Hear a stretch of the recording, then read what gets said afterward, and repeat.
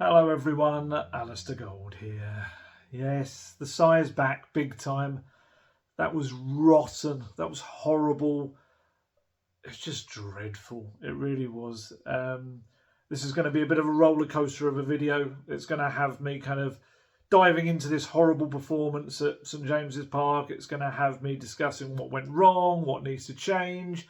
But the roller coaster will eventually come back up at the end because overall, Postecoglou spoke about painful growth yesterday in the press conference afterwards, and it kind of holds water, it does. And we'll discuss why, and we'll look at the numbers and the stats and the trends of where the team's going and what needs to be fixed. But I still think overall the trajectory is going in the right direction, but it just doesn't feel like it after a performance like that. I should also point out and apologise, as I often do in these videos, I had a little window to do this video in today. It's quite a busy Sunday, kind of out with the family later on in the hopefully sunshine. So my plan was, great, I'll watch the women's semi-final, the FA Cup semi-final, and I'll do this video straight afterwards. That's just exactly the little window I've got to do it in. And of course, you'll be well aware by now, the women's semi-final's gone to extra time. So right now, if you occasionally see me going like that, it's because it's on in the background, and I'm sorry. I know it's not the most professional way to do these videos. Not that they're the most professional things anyway, but I just need to see what happens. It's just, very exciting stuff. Jessica Naz levelling it up late on. And so I will occasionally look that way. And sorry if I give it a little update, which makes no use to anyone whatsoever, because by the time this comes out, you'll be well aware of what the result is. Hopefully, because it's a very cool thing for the women's team to get to a historic FA Cup semi-final. So, back to St James's Park. I know we've got to go there. I'd rather stay on the women's semi-final, to be honest. St James's Park. I just have this thing about going to St James's Park.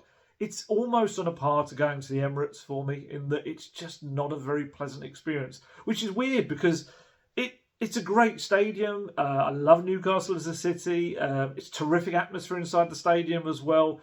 But just personally, it's just sucked in recent years. It really has. When was it? 2021. I just finished my isolation period that you had to do for COVID. I remember those days. I got through my kind of stage where I was no longer infectious, all of that sort of stuff. And so the day after that, my first working day back was to head up to St James's Park to watch Newcastle v Spurs. The Nuno era, those halcyon days. I know that sounds weird saying that after yesterday's performance. But I wasn't feeling 100%. I remember kind of almost falling asleep on the train up there. I could have ended up in Edinburgh or somewhere like that. And just generally feeling so drained and run down that even a win and a rare Tongi Ndombele goal didn't really shake me out of it. I was like, ugh. So that was kind of that experience of it. Obviously, they didn't play in 2022 because of the way the seasons worked out. 2023 brought us that horrendous Christian Stellini-led 6-1 debacle.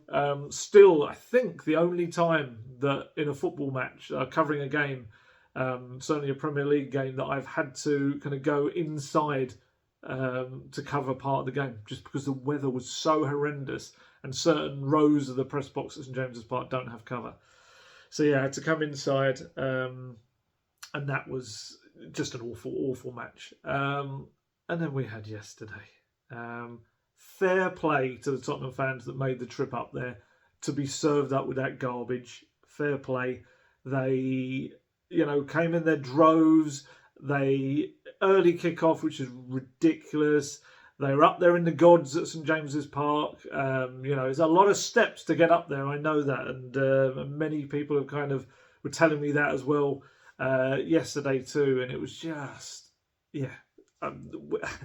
I saw quite a few of them on the way back as well, and fair play to them. They were kind of trying to entertain themselves, I think. That kind of gallows humour that you sometimes have after a football match, where it's a good collection of them around me or near me on the good old carriage G on the train back to King's Cross. A boisterous bunch, but a funny bunch.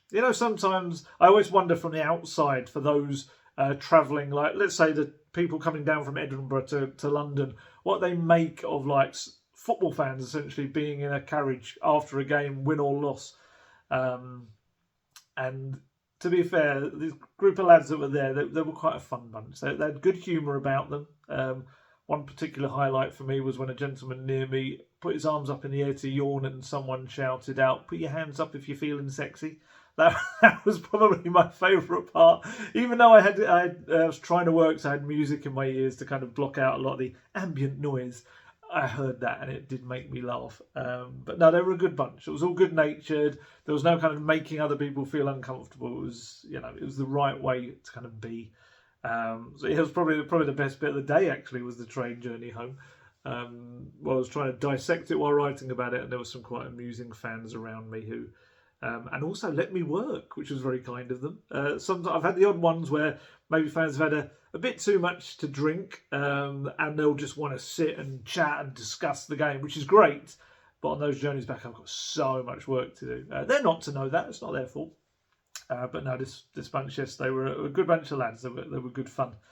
So yeah, I feel like I'm trying to dance around not talking about the match as long as possible, but I have to.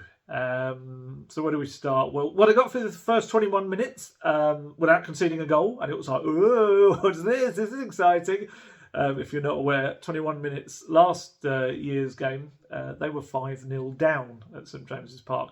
So you're thinking, surely this is going to be better. They've carved out some chances. Timo Werner's had some chances.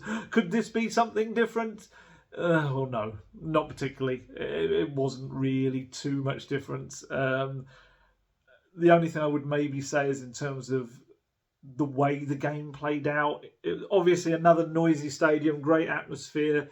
But Eddie Howe's men needed only 27% of the possession to win. To score 4 goals as well. 185 passes was all they had. I think Spurs had like 500 and something.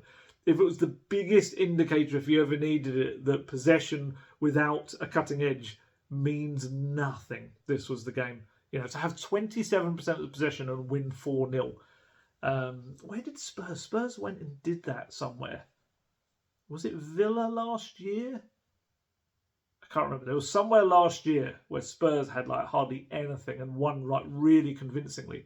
Or was it Leicester? It might be a game against Leicester. I can't remember. Let me know in the comments. Well, as always, this is the thing. I can have all the notes, research, and then I'll come out with something off the cuff and I think, oh, you've actually not really got the information to back up what you're saying. So I'm always very thankful to people to actually let me know what I'm talking about in the comments underneath as well. So, yeah. You would have been forgiven with how open Spurs back four was yesterday that actually Christian Salini was in charge of them. It was that bad, especially set pieces as well. And we'll discuss that. There was, Newcastle had more than 4 goals. They had so many moments in set pieces where they got their head on pretty much every time. And I think they hit the post later on as well. And Spurs they were dreadful. It's got to be up there with the worst performances. It's certainly the heaviest defeat of the Postecoglou era. And I think the reason I think it's pretty much as bad as last year's awful game is maybe because there was more expectation this time. Last time it was obviously Newcastle were doing well. Stellini had come in to try and stop the rot rather than, much expectation. And Postecoglou said was it the week before, that he expects Spurs to challenge for the title next season. And to come out with big words like that and then for a team to put in a performance like that, it's going to feel particularly sucky. I know it's not a technical term, but that's what it was. It just shows, it was a performance that showed up every crack, every deficiency and I guess how far this team is from being the one he expects to challenge for a title next season. And, it even sounds kind of ridiculous to say that after a performance like that. That's how bad it was. Look, teams do have bad days at the office. This was definitely one of them. They've had a couple in recent weeks, Craven Cottage being another one, Wolves at home being another one as well. But, yeah, we're going to talk about it. I mean, the main aspect I think is to talk about is the Postecoglou system. What it requires is for everyone to be absolutely switched on playing their part. It's a really physical system. And most of all, and you'll hear them say this a million times, about being brave. And that's not just in your passing, that's in your movement as well. Because as you'll notice, and some people get frustrated, some people excite, so we've got a bit of a kind of adrenaline rush to get out of it, is the passing out from the back. And also the passing in the final third as well. It is not just being brave with your passes, it's being brave if you haven't got the ball and making an option for the other player. It's this constant football, not being worried about coming out of your position or the fact that you know you're going to be pressed very quickly and someone's going to, maybe get a fit in, you could maybe lose the ball. It's about providing an option for them to play these little triangles to get out from the back. That's part of it as well. But yeah, without that happening, the Postecoglou system can look really one-dimensional, which it did yesterday. It just looks like they're constantly trying to, let's knock the ball out wide, get it into the box, knock it out wide, get it into the box. And it's like, it doesn't look like you're trying anything else than that. And that's because the movement isn't good enough for that. It's because the through balls, someone made a great point that wasn't even in my notes for this, that, even James Maddison maybe has stopped playing the through balls himself that he was playing to strikers. And yes, teams will kind of gather in those central areas to try and combat what Spurs do. So that is why you kind of have to go wide and throw it into the mixer or kick it into the mixer. But still, it can look very one-dimensional. And also, of course, when you're all concentrated in that area, it can leave itself very open, the system, to the balls over the top, as we saw to disastrous effect for Newcastle's third goal. Look, that's it at its worst. At its best, it's a high energy, almost like a total football kind of system with players interchanging positions. It can carve opposition defences apart mainly the defending, a lot of it is done by keeping the ball so high up the pitch, because the pressing and the aggression at the front of the pitch is so high that they have to resort to knocking it long. And then that's on whether it's a centre-back to mop it up like Van der Ven, or whether it's a covering midfielder, or whether it's one of the fullbacks has stayed back. That's how it works when it's at its best. But this was not the case yesterday. Other than that string of kind of Timo Werner chances, I think he had 3 in the opening 10-15 minutes or so. Spurs created quite little, and that was really disappointing about it. And they struggled again against a very organised, packed defence who had quick counter-attacking players. Look, not every team's going to play like that. That's not going to be... and this is the thing, there's this kind of feeling like everyone's going to work out the way Spurs play. But it's not the way a lot of teams play their football. Some will adjust and try to play it. Some won't abandon their principles. Because, look, Spurs have lost 8 of their 32 Premier League matches. It's not like everyone's figured it out. And it's not like they haven't won recent games as well. We'll talk about numbers and stuff like that anyway.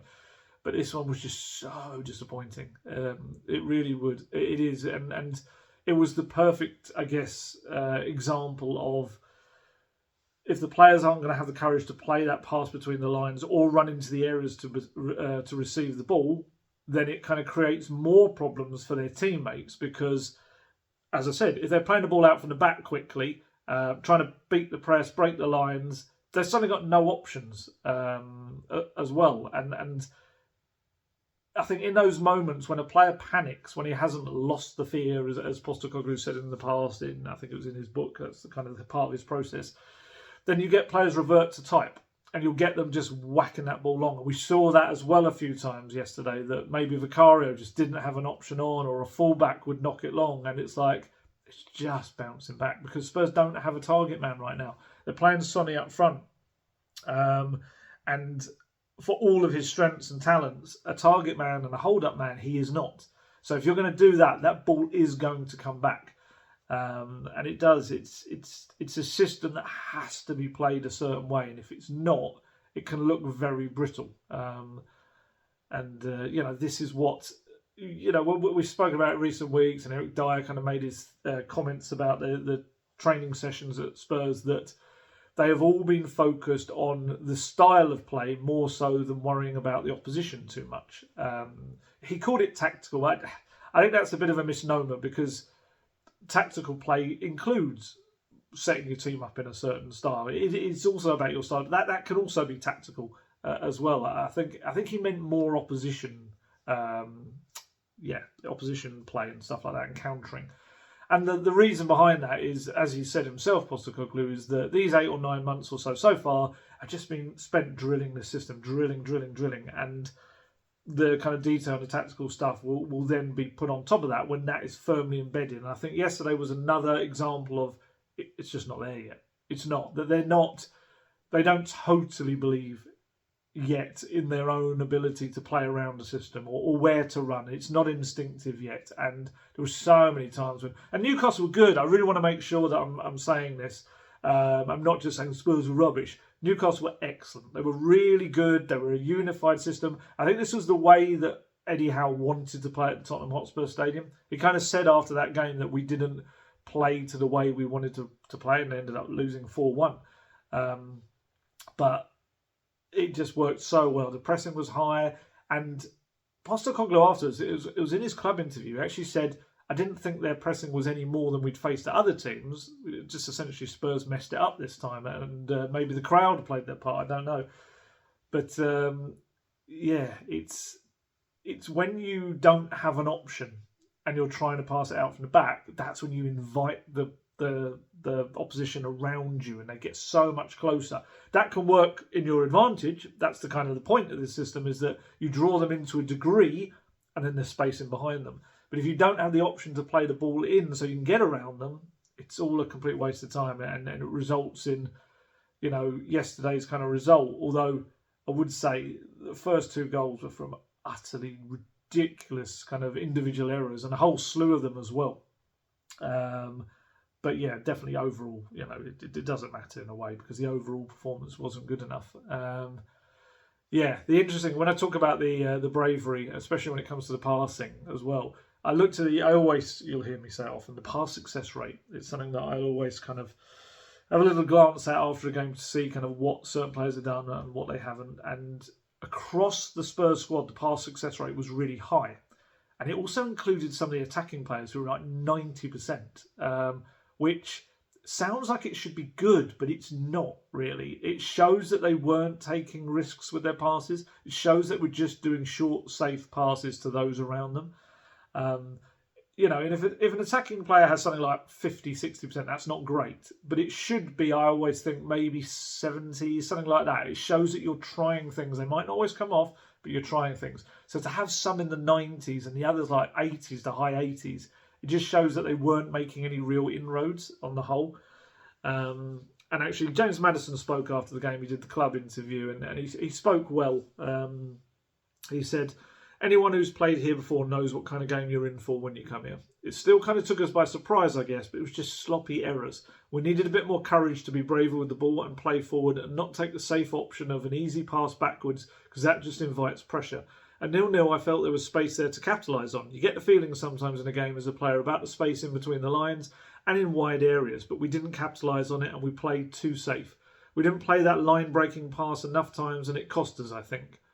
And look, all of the above, that's not to say Postecoglou is blameless. Not at all. Not at all. I'm just trying to explain how his system should work.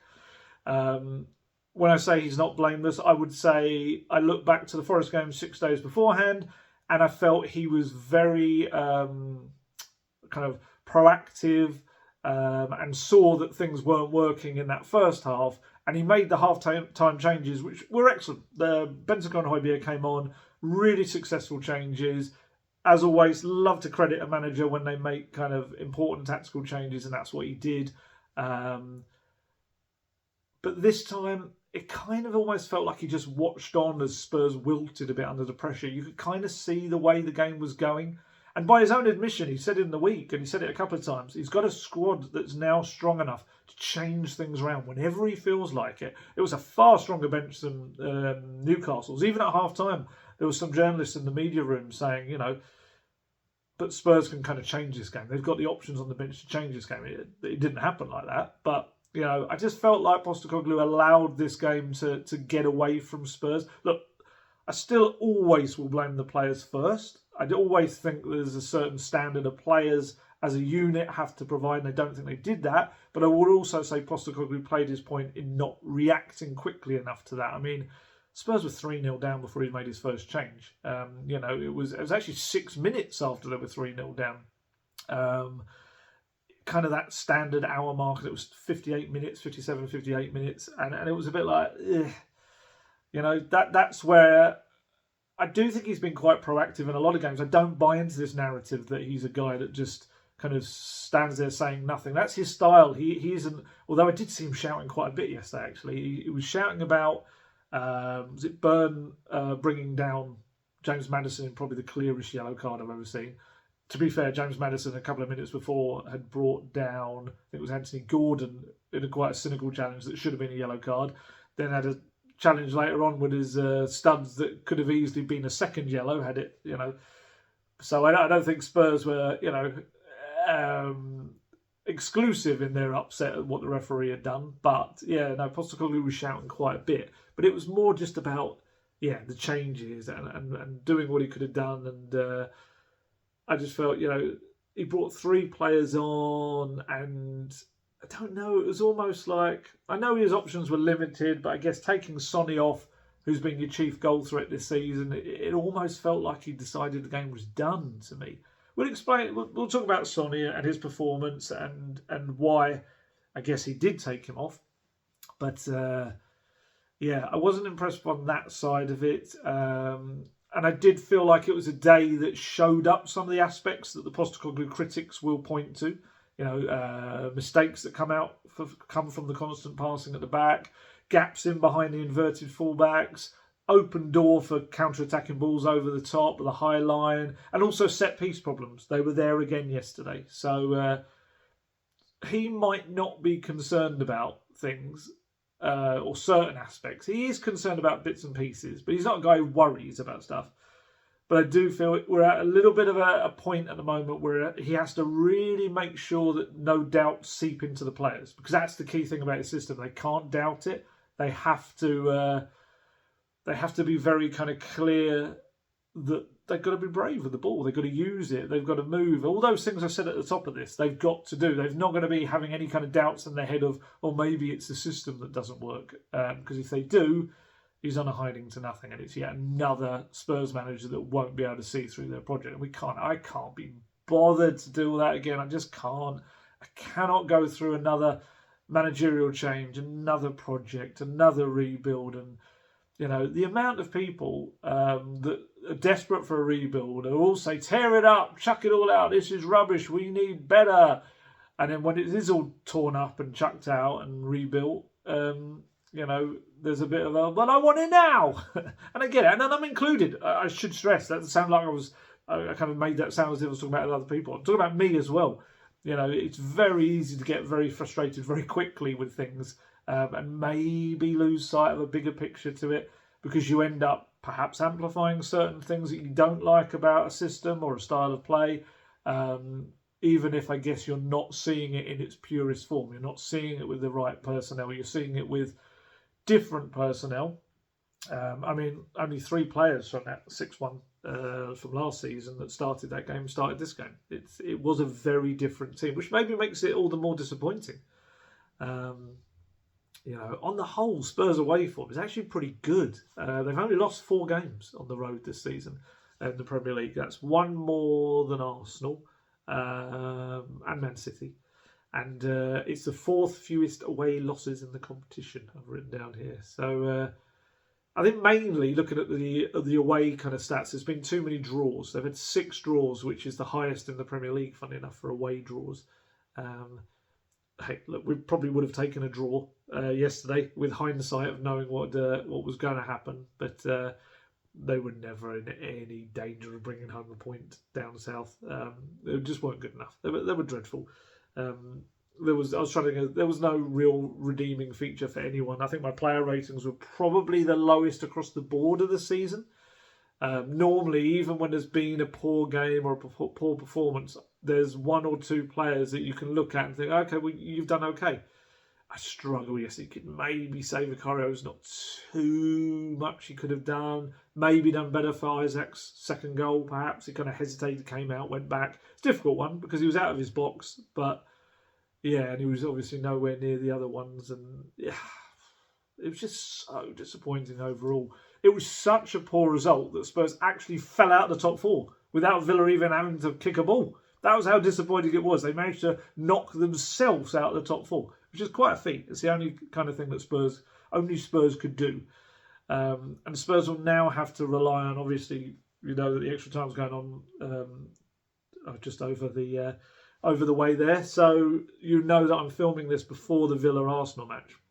And Spurs have put us in this ridiculous situation that some people might want that most horrid of things, that worst of desires, to actually want your local rivals to win, despite the fact that that might even push them closer to the title. Oh, it's just horrible. Let me know. That's another thing. Let me know in the comments. Would you rather... Oh, I don't know. It's just horrible to say. I can't even say Arsenal win. It sounds so just... It's against everything that football fandom is. But it would help Spurs. But then you've also... There's even more than that. If you kind of also... If you're kind of Spurs maybe have to rely on the UEFA coefficient to get 5th place for Champions League this season, then you kind of need Arsenal to beat Bayern Munich in the week as well. It's just... It's horrible. It's a horrible way to look at it. You should not have to rely on anyone. And I think that probably would be Postecoglou's way of thinking as well. Because, as he said, you know, Champions League is no good for Spurs if they're not ready for it anyway next season. And it doesn't represent growth or improvement. But yeah, just wanting Arsenal to win is such a horrendous way to be. And by all means, I can completely understand if people are like, no, you're fine. We quite happily take them losing. Again, let me know. That's the kind of stuff I'm really fascinated about in the comments as well, where people's heads are at. Could you actually allow yourself to believe that? But yeah, I mean... Spurs performance, errors from start to finish. There was every goal you can see the errors. First goal, Destiny Doggy just eased off the ball so easily by Anthony Gordon. Now, Anthony Gordon is not the biggest, strongest lad. You know, he's quite maybe deceptively powerful is maybe the way to put it. But Destiny Doggy should not be kind of pushed off the ball. Eased. I don't even say he was pushed. He was eased off the ball. Then Anthony Gordon plays it. I thought Anthony Gordon was superb yesterday. And funnily enough, Spurs linked with him back in the past, wasn't he? He was superb. He played through to Alexander Isak, who maybe Mickey van de Ven could have got to or stopped or whatever. But no, Mickey van de Ven, I don't know whether he had the wrong studs or what it was, but he absolutely... just went flying, and the photos are so bad for him. I mean, I don't know if you can feel sorry for any player after that performance yesterday, but he, oh my goodness, I think I used one of the photos with my player ratings. He looks like someone has done a wrestling move on him. His face is contorted into pure agony, just purely because he's slipped and slid past Isak as Isaac's turned inside. Isak was very good as well yesterday. We'll talk about him in a bit because I felt he showed up exactly what Spurs were missing yesterday. And they barely even kicked off from the restart. It was a lovely finish, by the way. It was a very nice finish.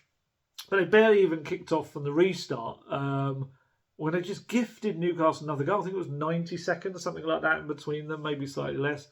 And I think, from what I understand, people back home watching it on, is it TNT Sports nowadays, there's a cut from the replay of the goal suddenly to Newcastle scoring a second, which must have been horrendous, even worse than it would have been in the stadium, because you're probably thinking, what, no, like that kind of thing. It must have been rubbish.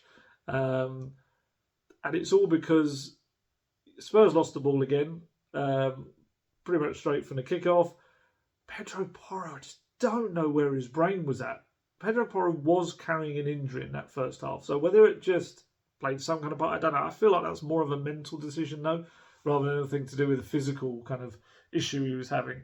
It looked like he was just trying to hook it to either Romero or Vicario while having no understanding that Gordon was there. It was dreadful. And just, straight to Gordon's feet, and all he had to do was just cut inside and fire it into the net. And once again, Van de Ven sliding on his backside again. I presume it's such a cliche. Maybe it wasn't, but it is. Do you remember always back in the day when someone slip over, you're like, got to change their boots on, got the moulds on, need the studs on, all that. It can't have been, surely. But I'm trying to think. I don't think he actually did slip in the second half, so maybe it was. But yeah, it's just terrible. Absolutely terrible. You know things are a complete mess when the team's most reliable players are the ones that are having a nightmare as well. Van der Ven after, he's been compared to Van Dijk and all of this, and everyone kind of saying what he's going to be. And then he has been brilliant. Again, one performance is not going to take away from all of that. But yeah, he just was a bit all over the place. But they all were. I thought Romero went missing a lot of yesterday's game. You needed a leader in the back line. He wasn't really that leader yesterday. But yeah, like I say, it was the most reliable players that just weren't there for them on the day, or weren't able to flourish on the day. I hate to say it, but all three of the first three goals all came when eventually, earlier in the build-up, sometimes far earlier, but earlier in the build-up, Sonny lost the ball up top. And again, that's not his strength, and whether he should be playing centrally is a whole other debate. But yeah, Sonny has been there for Spurs throughout this season. He's scored so many goals, got so many assists. He's just a remarkable player. He's about to enter an elite group of players that have, if he can get another assist, of having more than 10 goals and 10 assists in 3 seasons in the Premier League. It's just remarkable. But yesterday was one of his... Just couldn't get into the game. Couldn't really make his mark in it. Couldn't hold the ball up. Just couldn't control it. He did played a lovely pass early on to Timo Werner, which was a lovely moment outside of his foot. But yeah, it wasn't one of his best performances. He touched the ball just 26 times. Didn't have a single shot on goal. Didn't have a dribble forward, which he's so good at as well. Part of that is where he's playing. Part of that was this. That was why maybe in my head I was kind of thinking, well, why didn't they kind of push him out left rather than taking him off? That was one. I was a bit surprised at that decision in terms of the substitution. But I think the key thing though is having him in this role as a central forward. It works in some games, but if you're asking him to play constantly with his back to goal, be a hold-up man, and... Sorry, Tottenham had just scored. I was watching it because I could see the back of Martha Thomas, I think it's scored. 3 minutes left of extra time. How wonderful. Well, that's cheered me up anyway. That's far better than everything else I'm talking about. Sonny, back to Sonny. It was... it's just not his thing. It's not his thing. He has improved on it. I think he's far better with his back to goal than he was. But he has... It's not his strength. It's not... People hate it sometimes when I mention Harry Kane, but we can add Richarlison in there as well. It's like it's not Sonny's thing. Sonny is a flying, attacking player, probably more comfortable going down the flanks and cutting inside. And he's been asked to do this different role, which he's done very well on the whole this season. Sorry, I'm just very quickly watching the goal back in my... I kind of was watching it in the corner of my eye while talking. It's a really nice header, actually. Very powerful header. As in powerful challenge. He's just more comfortable facing the goal. Essentially is what I'm trying to say with all of that. Talking around while watching unprofessionally another game. And yeah, it took him off after his 58 minutes, and Sonny's face said it all. He looked... he wasn't complaining, he wasn't having a tantrum or anything as some players would have. He's not that kind of guy, Sonny. But he just looked really solemn. He knows he didn't play well. He knows that the whole team didn't play well, and as captain, that would have hurt him a lot. And I just kind of... The biggest thing I took away from it, rather than more so Sonny kind of performance, was the fact of how you just kind of think the decision last summer not to bring in another natural striker, a senior natural striker for that role, it's just kind of all the more baffling when you've sold Harry Kane. I got the logic. The logic was that, Postecoglou felt that he had Richarlison. He wanted to give him a run in the team. And he had Sonny that he felt could play there as well. He would eventually have Brennan Johnson that can play through the middle. He played through the middle, I don't think, to the greatest effect as the game wore on. I actually preferred him on the right. But I would say... It was a big ask to pin your hopes on Richarlison, because Richarlison missed 11 games through injury last season. He's so far missed 7 this season as well. And even on top of that, he's not a natural forward. Yeah, he scored 11 goals this season, but I wouldn't say you could have ever have termed him as a prolific goal scorer.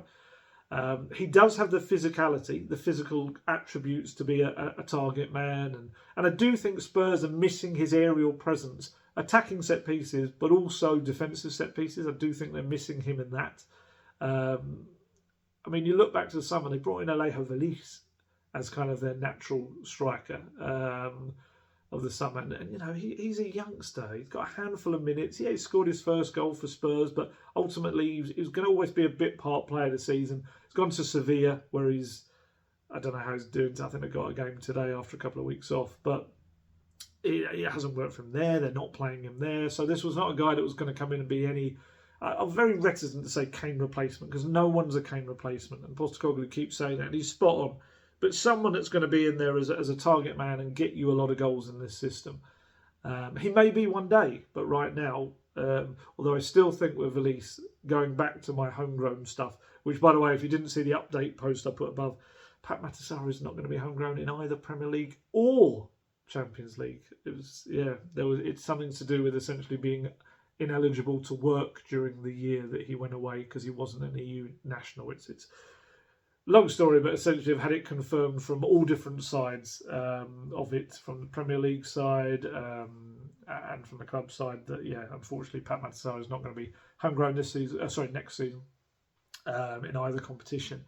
But I do wonder with Valise, looking at numbers, I think Valise has to go on loan again. I don't actually think there's probably going to be room for him in the squad with the foreign player numbers. He's fine in the Premier League. He's not going to be need to be registered. He can be on the under-21s list. But in Europe, he would have to be in the main 17. And you've got of non-locally trained players, which gives you that kind of, really awkward thing of, do you leave him out, which is not a good thing, as I think I said about Juan Foyth before. But anyway, enough on Valise. Spurs are looking to bring in a striker this summer. Just kind of feel like they're paying the price for either failing to do so or deciding not to, whichever it was. They could have really done that. And I think as soon as it became clear that Kane was heading off to Bavaria, I think that was the decision that kind of had to be made. It didn't have to be top level. I think it just had to be someone that gave them the ability to kind of play the Postecoglou way with a strong centre forward in there to do everything that was asked of them. And I think aerial. I know not a lot of the crosses are meant to go. Well, no, that's not true. I think they focus low balls as well, maybe because they haven't had the aerial threat. Obviously, when Richardson's been in there, they have put the crosses in. The goals have been shared amongst the team this campaign. They've scored more than last season when they did have Kane in the team. Still, sometimes I lie awake at night wondering what Kane would be like in this team. But really, just yesterday, you only had to look at Alexander Isak to see kind of what might have been. Can you imagine him in this system? You know, he's scored 21 goals this season in 34 matches. He's a really good player. I really like him. 17 in 24 in the Premier League, and you might be able to tell my eye slightly wandering there as left down the late corner and brought the goalkeeper up, and it's gone. Final whistle's gone. Fantastic. Tottenham Hotspur Winnerman are through to the FA Cup final. How magnificent that is! How brilliant! And that has put a smile on my face. That's fantastic. But yeah, back to Alexander Isak. Do you know what? I'm going to have to turn the screen off because it's going to stop me looking at it all the time. Isak, his 21st goal was probably one of the simplest he'll end up scoring, because the ball over the top from Bruno Guimaraes, straight into his path. He was so... The defence was so open that he actually started to run from his own half, which meant that he wouldn't be offside.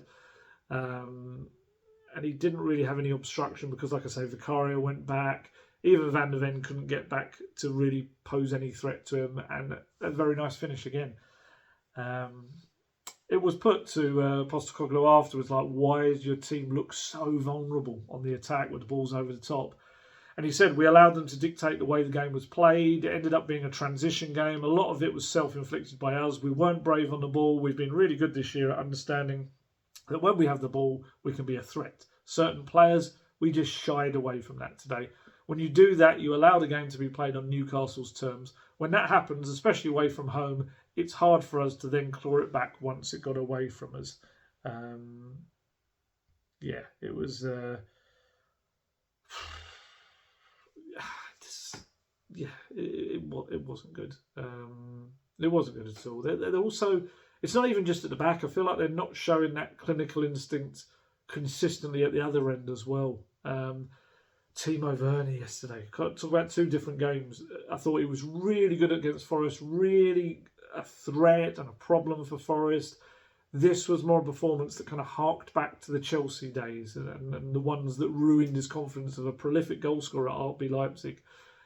Early in the match, I think it was Bentancur put Brennan Johnson down the right-hand touchline.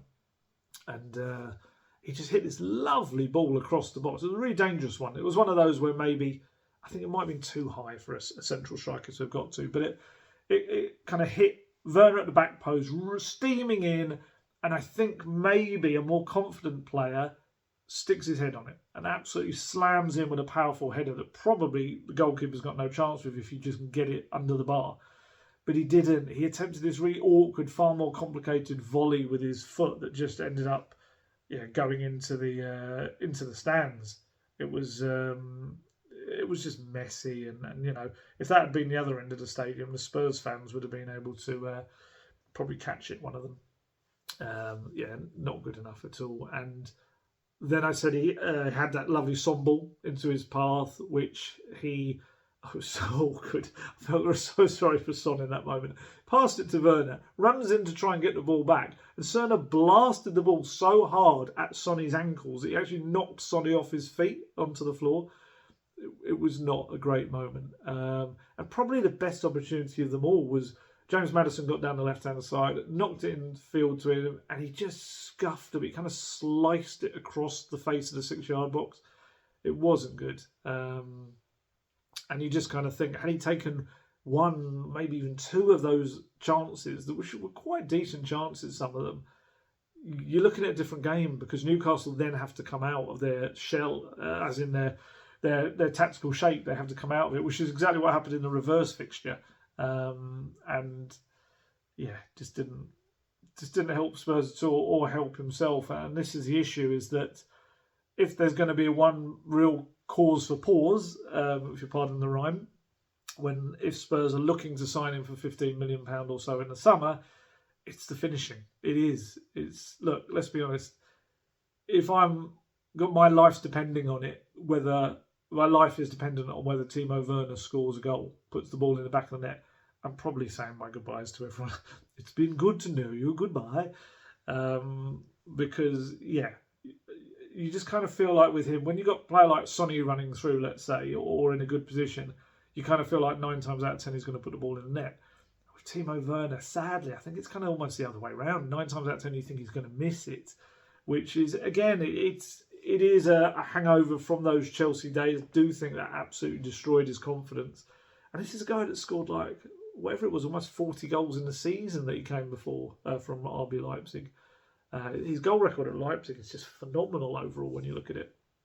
And I mean, his wages maybe also be an issue too. I think he would end up being one of the higher earners in the Spurs squad, and if he weren't to take a pay cut. But you've got to justify that as well. You've got to justify that with the end product. And would I have him as a squad player? Let's be honest, if you're getting a central striker next season, Sonny goes back to the left. So Werner doesn't become first choice anyway. But would I have him just on a normal level as a player that can be an option on either side? Yeah, I think I would. I think I said this before. But the end product has to, as in the finishing, has to improve. I think he's getting the assists and he's having the goal involvement, but the actual scoring has to improve as well. And that's not just him, that's everyone. Brennan Johnson too. Kulusevski definitely as well. Sonny's the only one that's really carried them there. Richarlison's done well, but it's just missing again. This is the problem at the moment. He's just had 2 seasons where just injuries have kind of got the better of him at the moment. It's not great. Talking to Johnson, I felt he started the game quite brightly, and then Spurs just stopped really using him down the right. They kept overusing the ball down the left to Udogie, Maddison and Werner. Maybe it was because Maddison was kept drifting out to the left. That is, his side of the three. Perhaps that's why. And I feel they really underused Johnson, who, like I said, had shown early on that he could whip in the ball, and that was a great moment. It really got behind the Newcastle line. It might have been to do with Pedro Porro. Pedro Porro was definitely carrying something. You could see early in the first half, he was looking across at the bench a few times. There was one moment when he seemed to kind of go down and come up, and he was telling various players, like I think it was Bentancur was one of them, like, no, pass to him, don't pass to me, which is not a good thing. You shouldn't really be on the pitch if that's an issue with you. You're restricted, and as always happens in those scenarios, Bentancur passed to him, which was not what he wanted. And then, he only made it a couple of minutes into the second half, and it looked like Emerson was getting ready anyway. They knew it was something to monitor. I asked Ange about him afterwards, and he said something like, it was something he was feeling in the first half, and I haven't spoken to the medical staff yet, so we'll see exactly what the issue is or something. I think he's had a couple of hamstring issues, hasn't he? Or one, was it mainly, Porro, in recent weeks, or previous weeks. So whether that is just another little kind of thing where he felt it might be an issue if he'd stayed on, I don't know. But maybe, going back to my original point, maybe they weren't playing the ball down that flank much because of Porro's inability to get involved, and that kind of naturally also affected Johnson because there was less inclination to play the ball out to that side. Perhaps, don't know. I mean, Johnson only touched the ball 24 times pretty much because of that, and he played the full 90, didn't he? I think as well. That's fewer touches than any other Spurs player. That is 2 more than Isaac, though, which again shows you how clinical he was. And it actually was interesting, 2 more than Sean Longstaff, the Newcastle midfielder, which kind of shows how little of the ball Newcastle's midfielders saw as well. But again, it's what you do with it. That's the most important thing. Spurs midfield just weren't good enough. If you're going to look at midfields, they provided neither any particular defensive cover nor attacking help, really. I was trying to remember Bentancur. Bentancur played that ball to Johnson. I think the other one I remember is there was a ball over the top and he kind of went on a bit of a charge through the middle, which ended up with him getting a bit of a whack to the head. That's about it. That's all I can remember. I mean, before the game, we kind of weren't sure entirely what... I should actually stress as well, Spurs only had 2 shots on target all game. 11 shots in total. Maddison and Kulusevski both hit these really kind of tame efforts that went straight into Dubravka's arms. Dubravka. The midfield, though, back to them. We weren't sure who it was going to be coming in. Obviously, Basuma and Sarr had been excellent, actually, in the reverse fixture in December at the Tottenham Hotspur Stadium against Newcastle. But we spoke about it last video, or the one before, that not particularly great against Forest, especially as the half closed out. So we wondered, is he going to bring in Højbjerg and Bentancur? I just had a funny feeling after the press conference and the way he spoke about certain players that I thought he might go for a blend, and he did. He ended up going for Basuma and Bentancur. I think the issue for Højbjerg is I just feel he kind of sees him as an Eric Dyer in a type in a couple of aspects. One, that he's not going to be part of his squad next season. Slightly different. He's not running out of his contract, but he has got a year left, and it looks no inclination that the club were looking to keep him. So I guess he's looking to the future more than using a player who also, the other side of it is, doesn't really fit his style particularly like a glove. Same as Eric Dyer in the defence. But the issue that is different to the Dyer situation is that Højbjerg has been very helpful on many occasions coming off the bench this season. And if I'm Højbjerg, I can understand entirely why he's thinking, well, I've come on, I've changed the game for you, I've played well, and I've got not even a chance of starting the next game. It is a frustrating one. But, yeah, I mean, it kind of is what it is. And Basuma should be taking that as a kind of an arm around him and as a, okay, you're my guy kind of thing, and I've got you back. You know, you might have had a dip in form, but I believe in you. But it kind of hasn't really worked like that at all. They never took a grip of the game, he and Bentancur, at all. And like I say, movement-wise, they didn't create enough. either for the defenders to get the ball to them or to be able to kind of link up with the attackers as well. Of the midfield three, I mean, Maddison probably was the best of the three. He had 4 key passes in the game, but just to put that in context, Anthony Gordon had 8 key passes, despite the fact that, wouldn't have seen as much of the ball. He had a goal and 2 assists as well as part of that. And Postecoglou said about Newcastle were good, credit to them. I thought they were really good today. We just didn't really get a grip of the game at all. Right from the start, it felt like we allowed Newcastle to dictate the way the game was played. We never really wrestled control at any stage. We paid a price for that. When the individual errors were pointed out by, who was it? I'm trying to remember who pointed that out. It might have been the chap from Sky, maybe. He said, I think that's just kind of a symptom of the whole collective of it. I don't think it was one person that was at fault today. It was about us as a collective. We never really got to grips with the game of football and we let it get away from us. And like I said, we paid a price for it. One of the things that worried me a lot around the pitch, and this was in midfield, but it was also across the pitch, was just Spurs were second to the ball so much. Newcastle just physically dominated them in all the key moments. Whether, set pieces was a big point as well, but also, like I say, like Sonny kind of losing the ball a few times. Other players losing the ball when they're under a little bit of pressure. Doggy losing the ball in the build-up to the first goal as well. And there were just too many times when just Newcastle, and it's such a cliche, but it's true, Newcastle just seemed to want it more. This is not a weak team of Spurs players by any stretch of the imagination, but they kind of made themselves look that way. So I pointed it out to Postecoglou. I said, was that an area that concerned you today? And he said, I was concerned with all of it. I don't think there was one area that cost us today. I don't think there was any part of our game that reached the levels that it needs to be for us to be able to play the game on our terms. Whether that's the physical aspect, the technical aspect, the tactical, all of it. We just never really got to any sort of tempo or intensity that we needed to stop a team that's got momentum right from the start. As I said before, Spurs are looking to upgrade that number 6 role this summer. And I think, as well as the central striker one, it's just such a key position. It is quite literally pivotal. If you can get that role right, and I've said before, I think maybe it needs a blend somewhere in between a Basuma and a Højbjerg type. If you can get that right, you've got someone that is a shield to your defence. Suddenly the defence looks a lot stronger, but you've also got someone that gets further up the pitch and can also link up with them. It's got to be a high-energy player, very tactically clever and aware player. It's got to be a strong player. It's got a player with an all-round ability. That's, I guess, where Postecoglou says about not wanting to get between 6s and 8s and delineating between them. They should all be the same. But it is a bit different in the system. I don't think Bentancur can play there as a 6 in most games. He can play in some games. I would rather he be the number 8.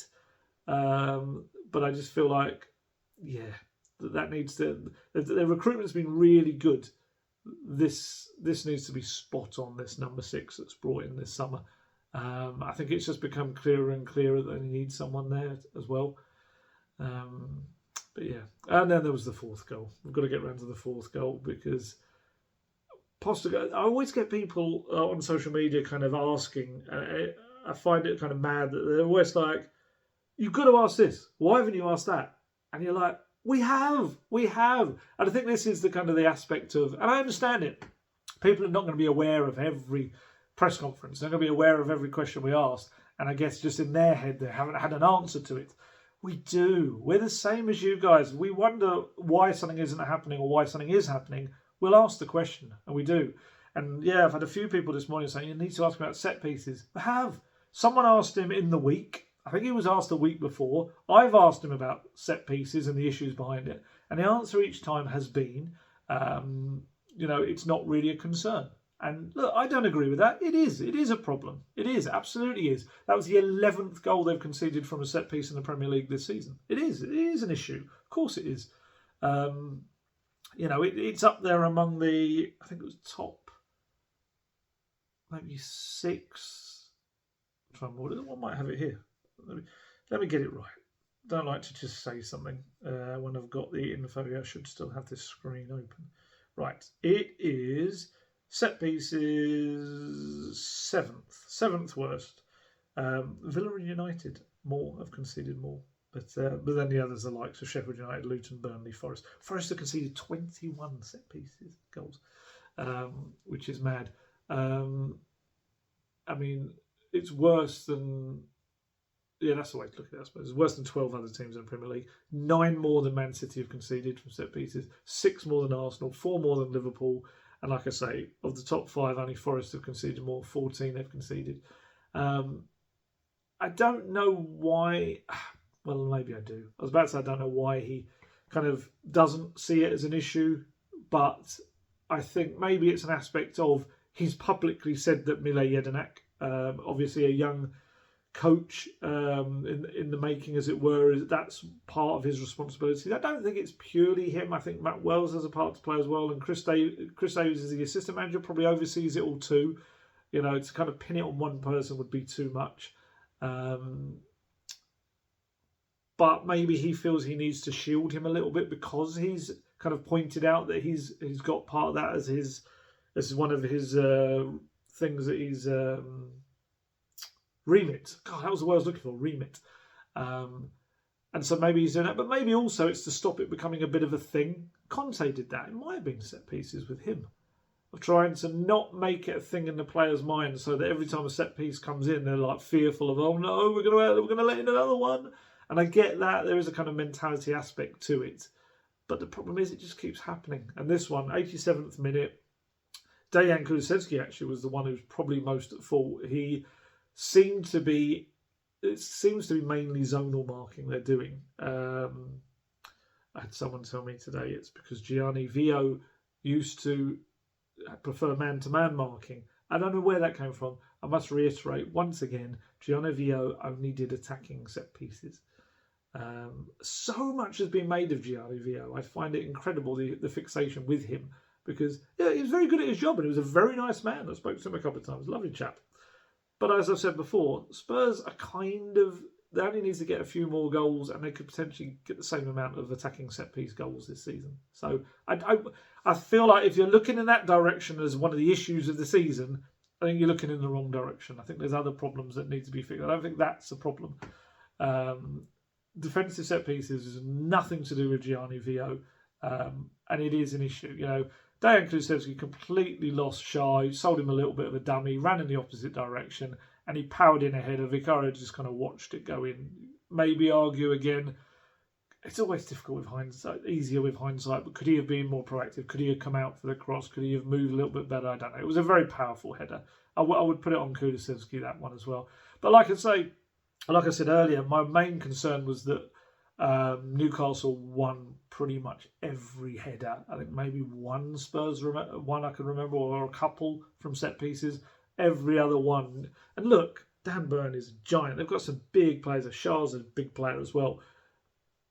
But they should be doing better. And they were lucky, I think, that Newcastle sent a few wide and they hit one against the post.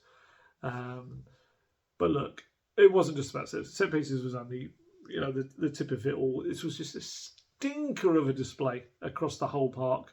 It was one of those where it really smacked of a young team in transition. It smacked of a manager who's still trying to get his beliefs across to the team. Like I said earlier, you could point to it being a theme that they've lost at St James's Park before last year. It's terrible, same thing again. But as I said, only three players, Porro, Son and Romero, started that game. Neither of them covered themselves in glory in this game, as none of them did in the team. Postecoglou had to pull Romero away at the end. After the final whistle, he was kind of getting involved in a bit of a little confrontation. I think it was with Dan Burn, and he pulled him away. And I think Romero had a little moment where he was like, "Who's pulling me away?" And like, raw! He was about to incredible Hulk it, and he realised it was Ange. He was just like, "Please leave me alone." It was quite interesting, but I'd say the performance for me that was most similar to was the Craven Cottage one more than anything. That was the one. That was what I really didn't like about it. It was almost like you hadn't learned from that away day. That was what. Yeah, I didn't like that at all. Maddison said afterwards, "A tough day, a horrible day really. It's hard to assess and speak about after such a horrible scoreline. A really bad day at the office. We've got to assess and see where it went wrong and pick ourselves up and go again. We're just as disappointed as any of the fans who were up in the stand. We can only hold our hands up and apologise to travelling fans. Even at the end, when we went over, a load of them were still clapping us after a performance like that. You don't expect to be clapped when you go and applaud the fans after something like that. So thank you to them for sticking with us. But I can apologise that they had to watch that today. And we just weren't good enough. And we have to accept that, look in the mirror and know that it just wasn't good enough. It wasn't a fluke. It wasn't that they just got lucky goals. We weren't good enough today to a man. So we need to have a stern talking to ourselves to pick ourselves up. You can have a period of mourning, if you like, over it. But you've got to quickly switch on, look at where you went wrong and go again. Because the Premier League comes thick and fast and we've got a big game next. And they do. Look, I kind of do want to make the point that we did say this early in the season. I said it, Postecoglou says it. There is always going to be pain and doubts and issues in the first season at all of his clubs. As he's trying to kind of get a team, a fan base, the entire club really, towards a totally different way of football, a different kind of style than they've been used to. I think at Tottenham, it's been slightly complicated because it's kind of happened in reverse. We were lucky in a way, or lucky, I don't know if it's lucky or not, but the start of the season, it felt almost like a seamless. They Spurs started like a bit of a steam train. It took on a lot of what Postecoglou wanted, even if it wasn't yet instinctive to them. And then I think that unbeaten run, they were unbeaten. We kind of forget that.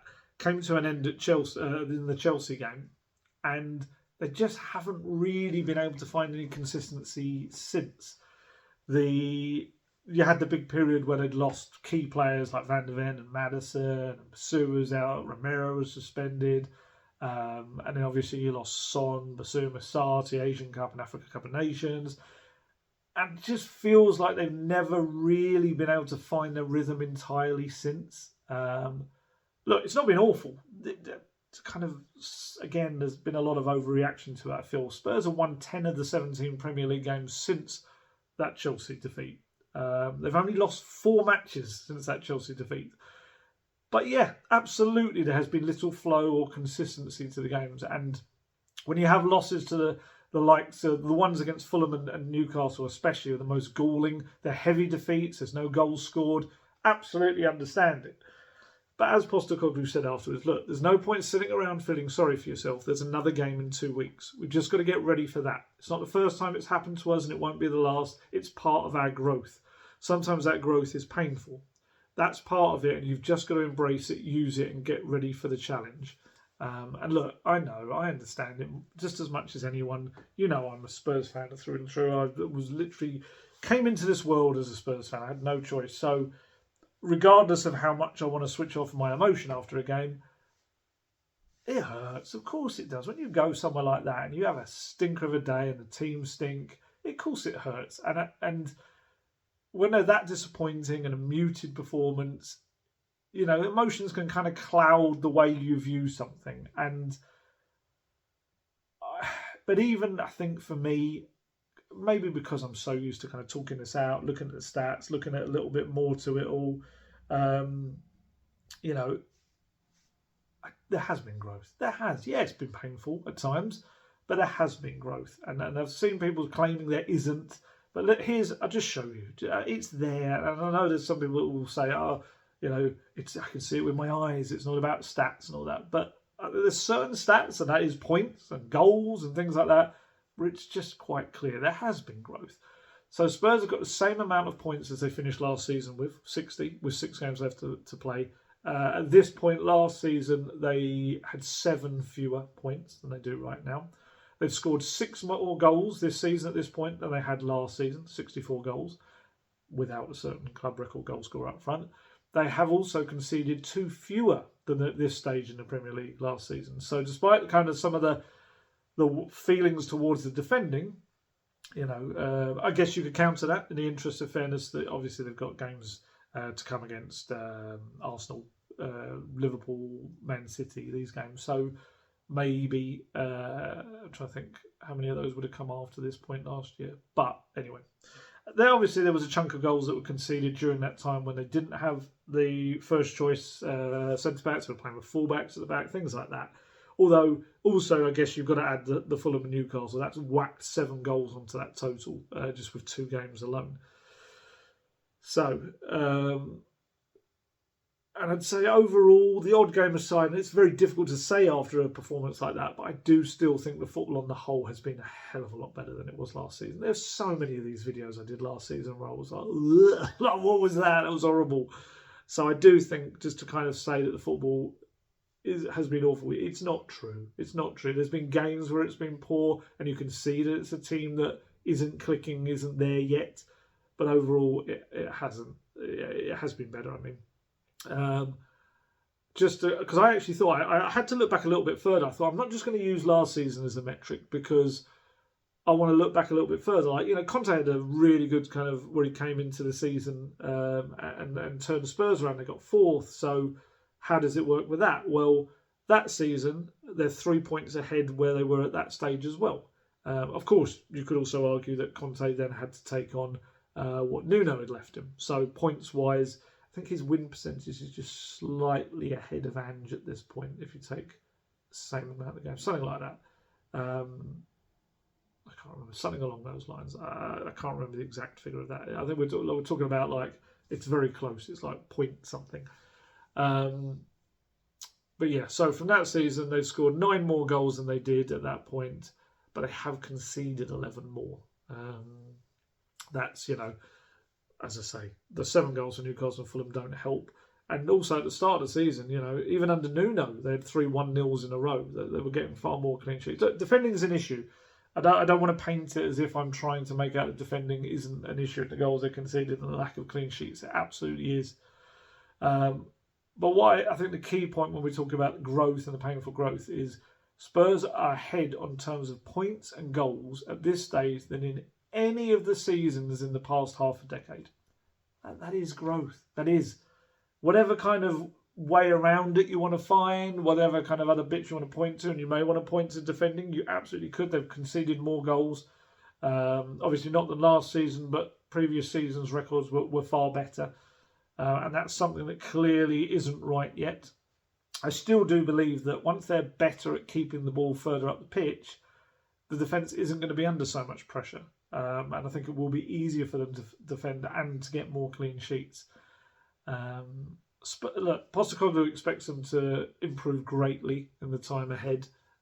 He was asked, I think it was Jack from The Athletic who sat behind me, asked him whether he was worried about the fact that he's now going to face Arsenal, Liverpool and Man City in the games ahead after watching his team kind of concede so poorly in that game. And he just laughed, like a disbelief laugh, went, no, like that.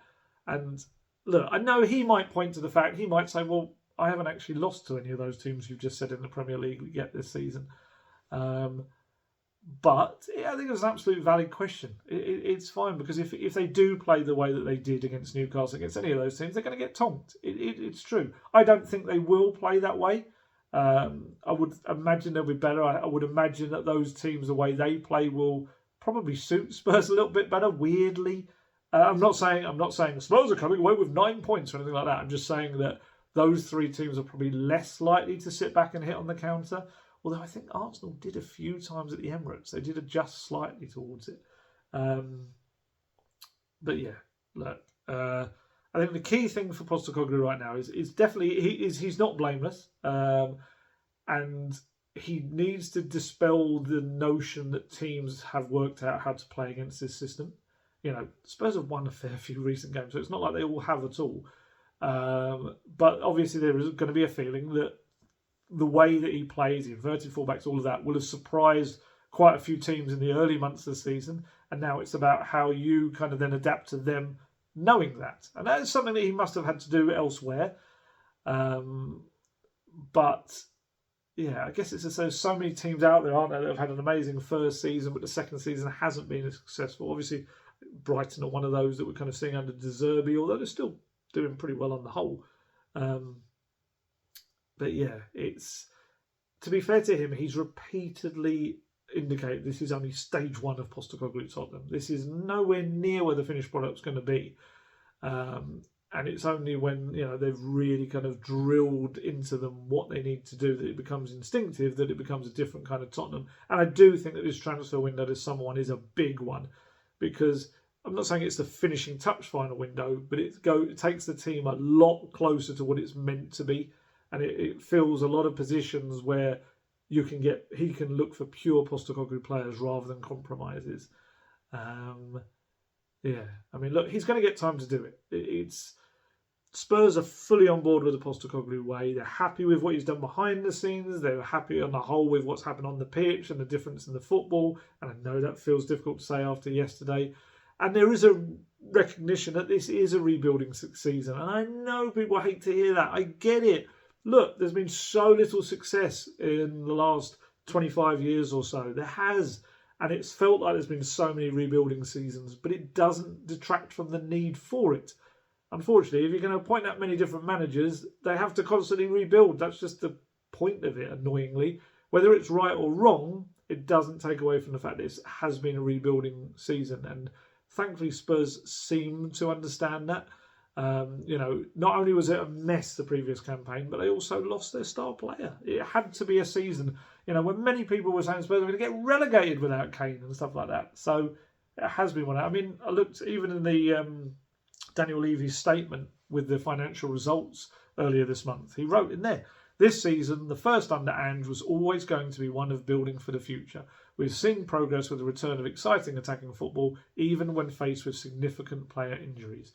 Look, Spurs have got no choice but to back this, really, have they? Because they made such a mess of the club's path, I guess is the best way to say it, over the past half a decade.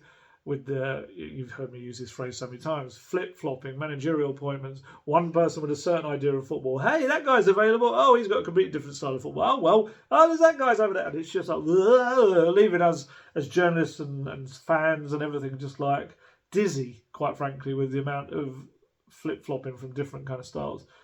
And they've got a guy whose values kind of more closely align what they want the club to be. And he has won trophies everywhere he's been, pretty much. And he is giving them some kind of identity. Yes, there's going to be big old messes of games occasionally as he's trying to bring that in. And you are going to get games like yesterday. You are going to get games like the Fulham game. And look, it's not just Postecoglou either. Robert Villahan was speaking out and getting the Spurs women to an FA Cup final. He's trying to do exactly that with the women's team, and they've had such a terrific season, albeit a rebuilding season as well. And you can see what he's tried to do with changing their style of play. And I'm not saying exactly like Postecoglou's style, but there's definitely little elements of more possession-based attacking play to it. And look, the key now for Postecoglou, he's a man that has had a lot of doubts wherever he's been.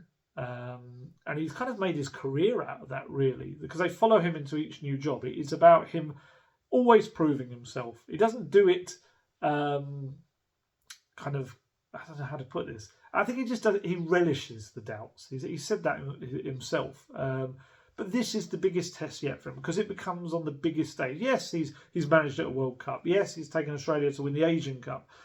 But this on a club level is the biggest level he's been at, and he's got to answer a load of questions with what happens in the months and maybe year or two ahead. Does his football work for an extended period at this level without being kind of, able to be countered? How does it evolve, I guess, is what I'm trying to say, when opposition managers work out ways to counter key or certain aspects of it. He said himself, there's this kind of belief that he'll only play in one way. But if you look at what he said and his football at one club to the next, it does evolve. He does adapt to his surroundings. I'm not saying he ditches his principles. I'm not saying that suddenly you're going to see Spurs sit back and counter. But what he does do is he will adjust and he will evolve, and he'll be learning about the Premier League as well. He'll be learning about how other teams play, and he'll be learning about the players he has, what they can and can't do as well. And that's another kind of question, I guess. Can he get Tottenham to buy him the right people to fit his system as well, and get it working so it is got a maximum output to it? That's something that maybe not all managers have been able to do in the past. Get the club to fully back them with the exact players they need for their system. Some of the players that just rock up and never play and head out the door. And look, Spurs are in transition. I know we hate to hear that because we want to get to the end, and it's kind of like getting a car. And each time you buy a new car, you think you're getting to where you want to in it, and then it kind of breaks down halfway along the way, and you have to kind of go back to the start and buy another car and then start the journey again. And I get it; it is frustrating, and it can be boring at times as well, and annoying, and all of that. But it doesn't mean that just every time something starts to go wrong, you don't just chuck that car away and go and start again with a new one. Because eventually, maybe the car's not always broken. It's just a terrible analogy I've got myself stuck in now. But sometimes maybe it's just a little kink in the system that needs to be worked out. Maybe it's just something that, the right person can come along and fix and get it roadworthy. That was terrible. I apologise for that. I didn't know where that was going, but I had to try and stick with it. Look, Postecoglou, I still think has got plenty of credit in the bank with the vast majority of fans. I think, there's a little bit of social media element to already kind of getting a bit over the top and frustrated about it. And I get it. It was such a frustrating game yesterday. But I think on the whole, he's got enough credit in the bank for what he's done this season, especially in the difficult circumstances for a big old chunk of the season as well. But look, he knows the four of the last 6 games are against Arsenal, Chelsea, Liverpool and Man City. And regardless of him laughing about the fact that whether he was worried about them, he knows that the Spurs fans, and I think just everyone, needs to see more glimpses of the future under Postecoglou than reminders of the past before he came. And I think that's the key thing. There's still so much to be done at Tottenham. And it's weird that I hate it when football goes away, but I still am quite excited about this summer to come, because I think it's going to be another summer where you see so many people heading out the door. I think that, as I said in my last video, with the amount of the homegrown issues, the foreign player issues, the lack of club-trained players, they need a lot of work. I asked him about that in the press conference on Friday, and he was... essentially, to paraphrase massively, he's like, we're on top of that. We know what we're doing. We kind of had to do the same thing last year, and this time we've got more of a plan because I was kind of thrown into that situation. So it's kind of what I talk about when we're talking about people like Højbjerg. Brian Hill was back on the bench for the first time in a while yesterday. I think he knows kind of who he doesn't want and who he does want in the current squad, and I think he knows who he wants to come in as well. And that will make this one easier this season. And also you've got the new recruitment team led by Johan Lang and the data aspect of it as well. And I think his idea is to come out of this pre-season with more of an idea of, or a closer version of the Postecoglou Tottenham that he requires to not have or as many matches like Fulham and Newcastle. I say as many. I'm very wary to go overboard because, like I said, they haven't really lost that many games this season. It's very easy to kind of get carried away after a terrible result and kind of blanket statement it all. Who knows? Potentially, if Arsenal beat Villa, then Spurs are back in the top 4 and things look a little bit different. And it doesn't change yesterday's result, but it kind of looks a little bit different table-wise, and it kind of ends up being a game that, you lost, but they lost. But then also, who the 4 of the 6 games up are against? It'd be just like Spurs, though, to do well in 3 or 4 of those games and mess it up in the other ones against Burnley and Sheffield United. But look, that's football. Right, I'm going to go off and enjoy the sunshine. Obviously, hugely positive that Robert William and the Tottenham women have got through to the Women's FA Cup final, which is an amazing achievement and richly deserved. And in terms of the men, lots of work to do for Ange Postecoglou, and they always do this to me before a 2-week break. They always, this season, seem to put in a pants performance, so that I know I've got 2 weeks ahead where I've got to kind of think up ideas and content and write stuff and do videos for you as well without matches, when everyone's kind of been left with this little sour taste in their mouths kind of from the previous game. They absolutely stuff me, they really do. It's deliberate. It's all aimed at me. nothing to do with football and trophies. It's to do with just upsetting Postecoglou. No, it's not. I'm not an egotistical person. Not that it would even be that anyway. Right, time to head off. I will try to do another video. Whether it will be midweek depends very much on kind of what happens in the week. If not, it will be next weekend. And as we normally do, if it's an international break, this time it's just a break because of the Man City rearrangement. Just, get your questions in the comments and I'll answer as many as I physically possibly can. And we'll have a good old chat about Spurs and the way forward and what needs to change and what will change. And, plenty of stuff, really. We'll do that. Right, time to head off. As always, stay healthy, stay safe, look after yourselves. I shall catch you later. Goodbye.